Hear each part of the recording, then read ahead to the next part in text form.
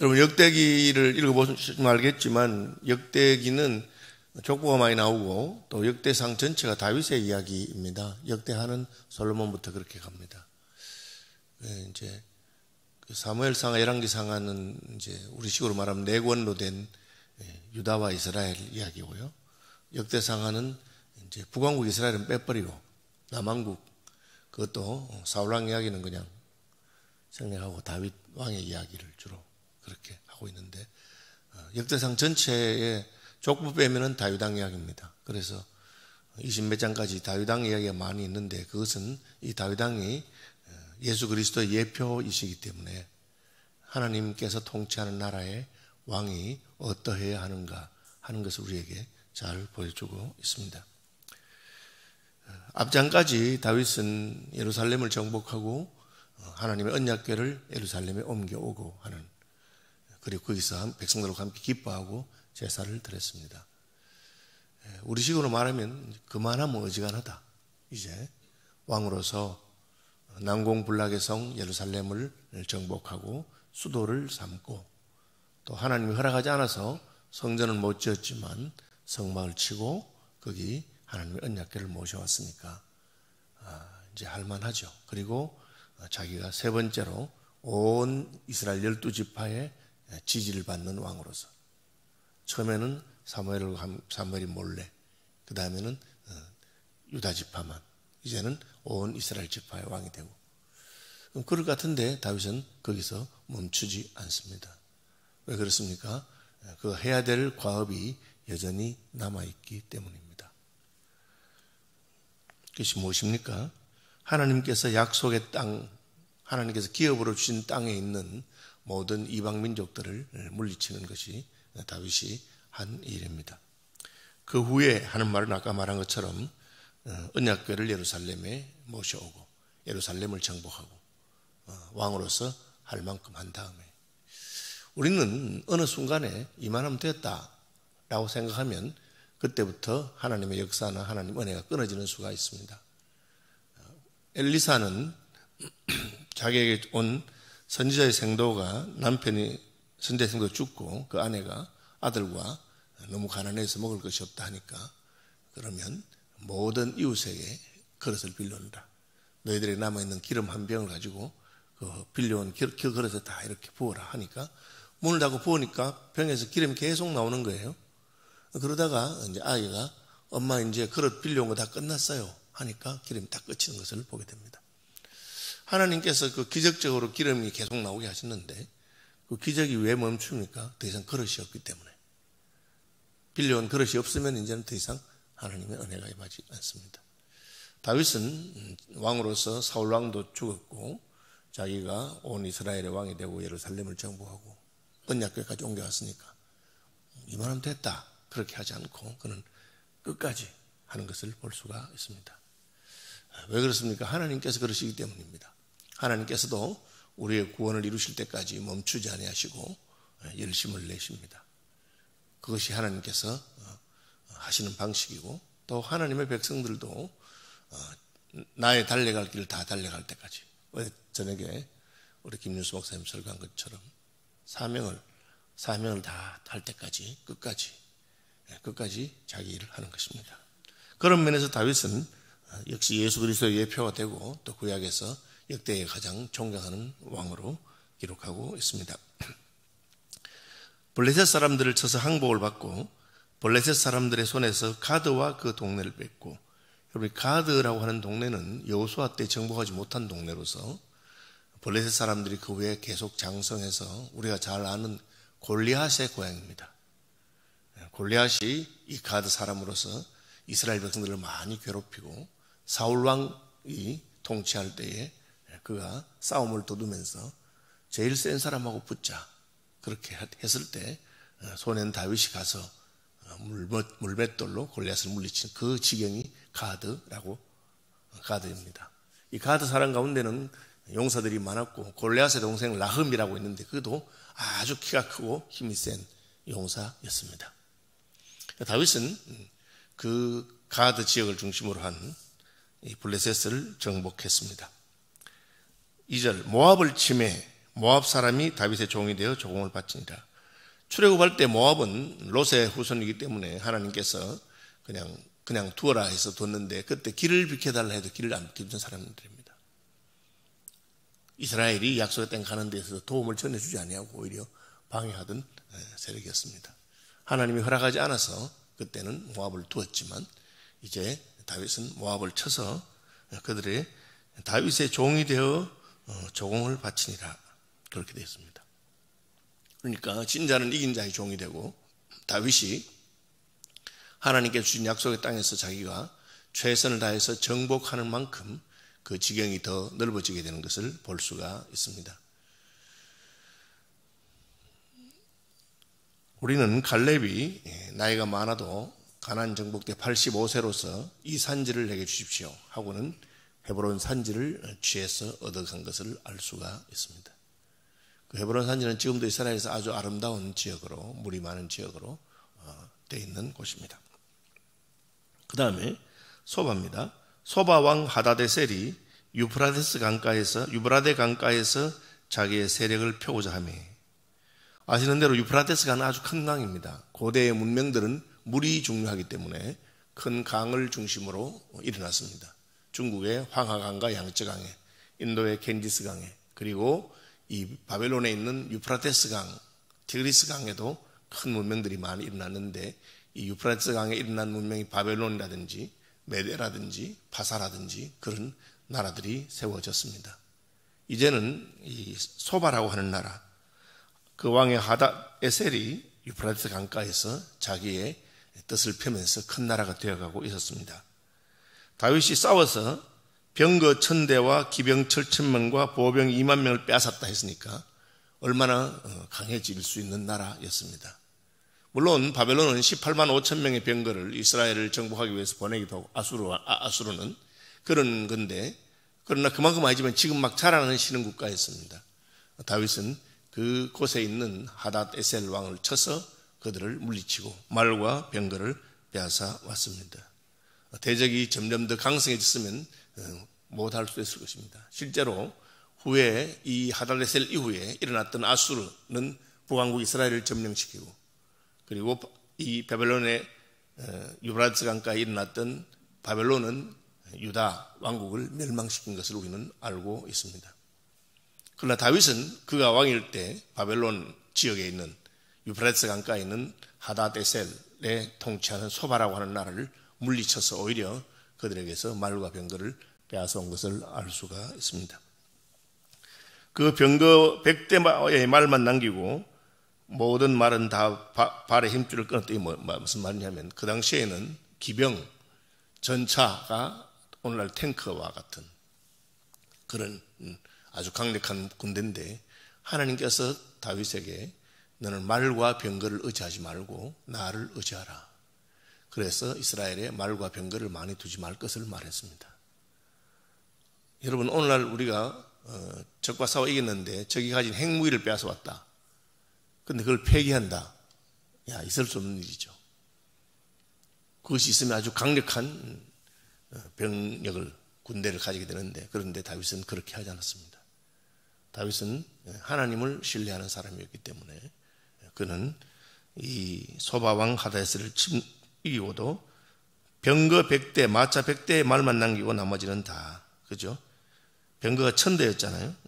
90%를 그렇게 한 것을 알 수 있습니다. 기병 7,000명이 있었는데, 그럼 말이 7,000명이니까 7,000마리 아니겠습니까? 그죠? 다메섹 아람 사람이 소바왕 하닷에셀을 도우러 온지라. 이 다메섹은 아람의 수도고요. 이제 우리가 사무엘이나 이때 보면은 아람 소바라고 하는 말도 나오기 때문에 이 소바 왕이나 다메섹 왕이나 같은 아람 민족 계통인 것을 짐작할 수 있습니다.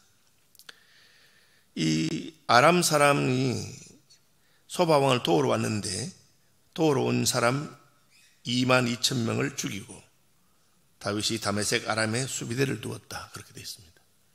다윗이 나이가 들고 해도 여전히 아주 강한 장수로서 전쟁에 나가서 물러서지 아니하고, 그리고 적이 싸움을 걸어오면 절대 물러나지 않는 것을 알 수가 있습니다.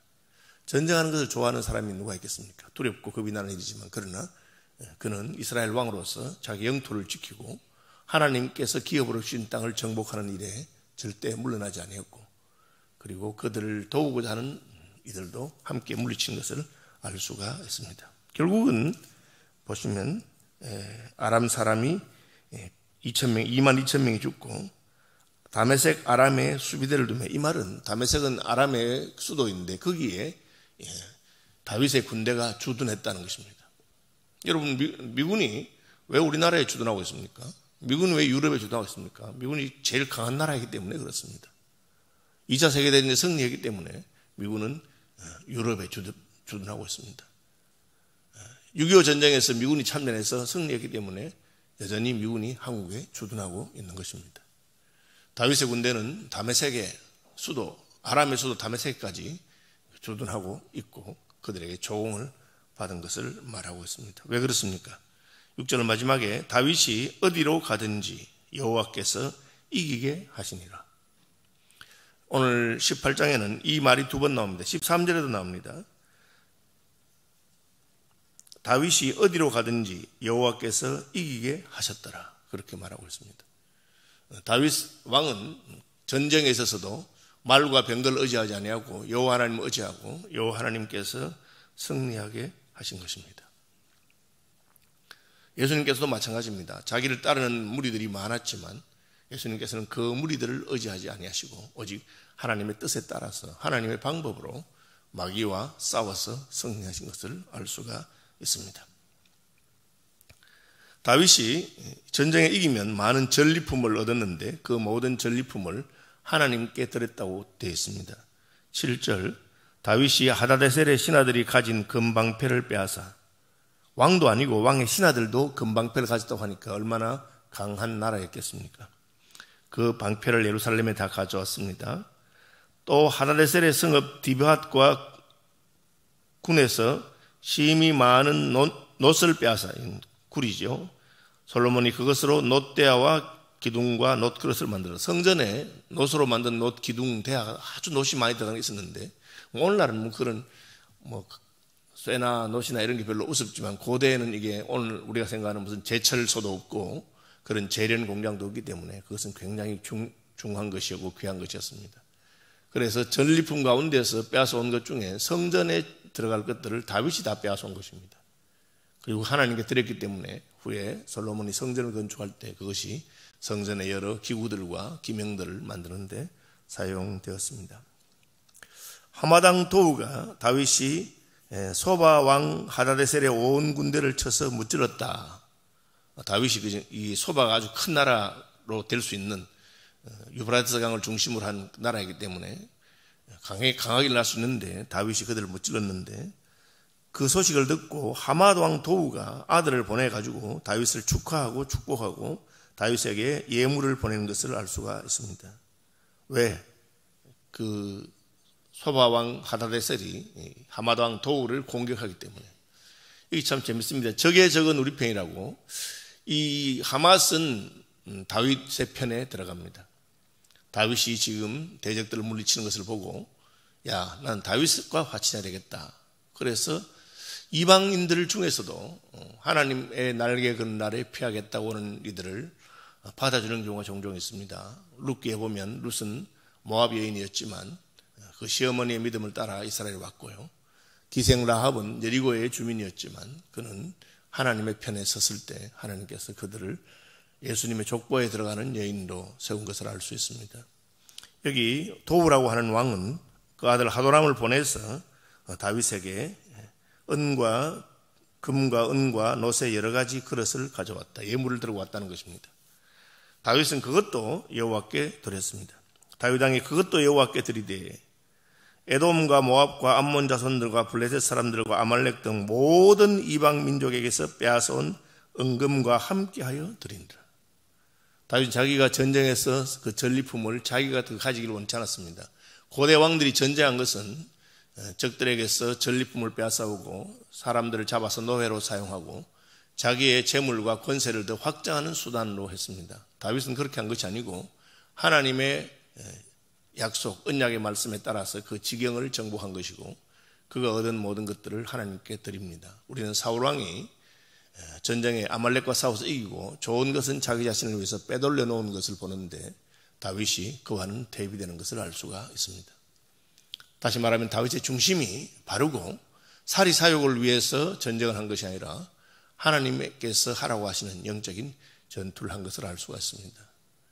더 자라기 전에, 악의 세력이 더 자라기 전에 다윗은 소바를 물리치는 것을 보게 됩니다. 오늘날도 우리는 이 한국 사회나 한국에 무슨 물리적인 전투는 아니지만 영적인 전쟁터가 있는 것을 보게 됩니다.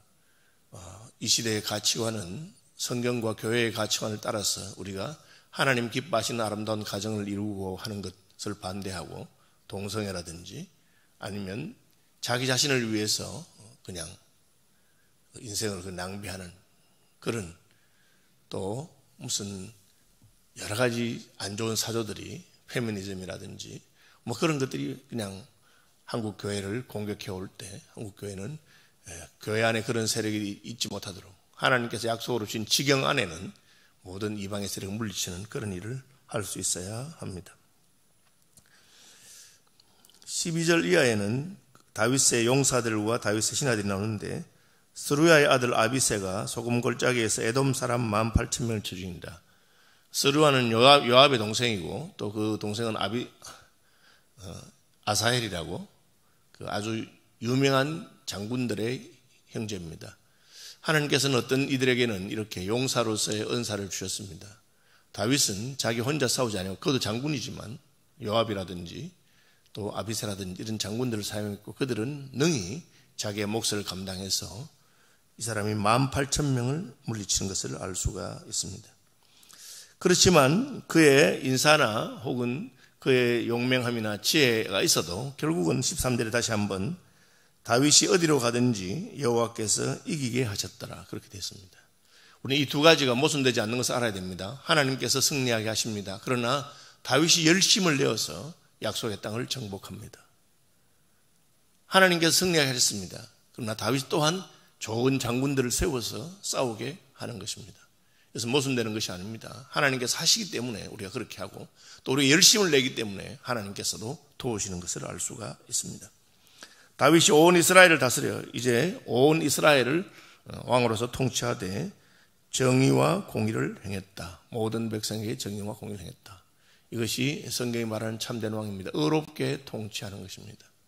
오늘날 우리는 전 세계 여러 나라들의 지도자들 가운데 어떤 지도자들은 전혀 공의롭지 아니하게 자기의 욕심을 위해서 그렇게 백성들을 몰아붙이고 통치하는 사람들이 많이 있는 것을 알게 됩니다.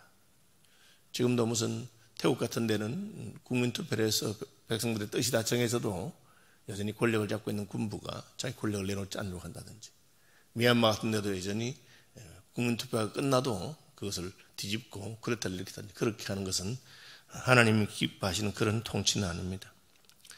다윗에게는 스루야의 아들 요압은 군대 장관이 되고 여호사밧은 행정관이 되고 사독과 아비아달은 제사장이 되고 사워시는 서기관이 되고 쪽이 사람들이 나오죠. 브나냐는 그렛 사람과 블렛 사람의 통치자가 되고 다윗의 아들들은 왕을 모시는 사람들. 이 왕을 모시는 사람은 국내청 혹은 왕궁에서 하시는 사람들의 우두머리가 되었다.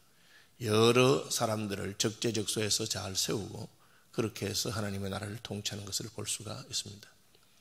여러분 우리가 균형이 잡혀야 되고 하나님의 은혜로 통치하고 하나님의 은혜로 승리하지만 하나님이 내게 주신 재능과 그리고 사람들을 최선을 다해서 잘 활용하고 열심을 내는 것을 볼 수가 있습니다. 말씀 묵상하시면서 기도하시기를 바랍니다. 하늘에 계신 우리 아버지, 아버지의 이름을 거룩하게 하시며 아버지의 나라가 오게 하시며 아버지의 뜻이 하늘에서와 같이 땅에서도 이루어지게 하소서. 오늘 우리에게 일용할 양식을 주시고 우리가 우리에게 잘못한 사람들을 용서하여 준 것 같이 우리 죄를 용서하여 주시고 우리를 시험에 빠지지 않게 하시고 악에서 구하소서. 나라와 권능과 영광이 영원히 아버지의 것입니다. 아멘.